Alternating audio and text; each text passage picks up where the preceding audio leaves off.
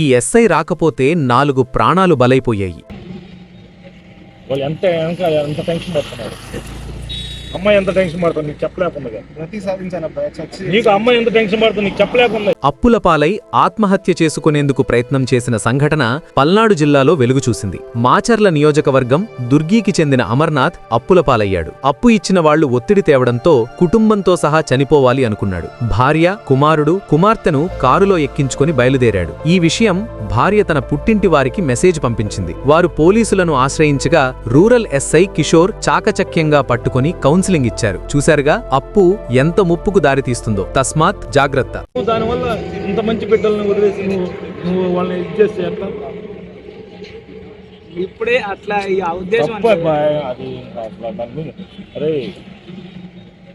వాళ్ళు ఎంత టెన్షన్ పడుతున్నారు.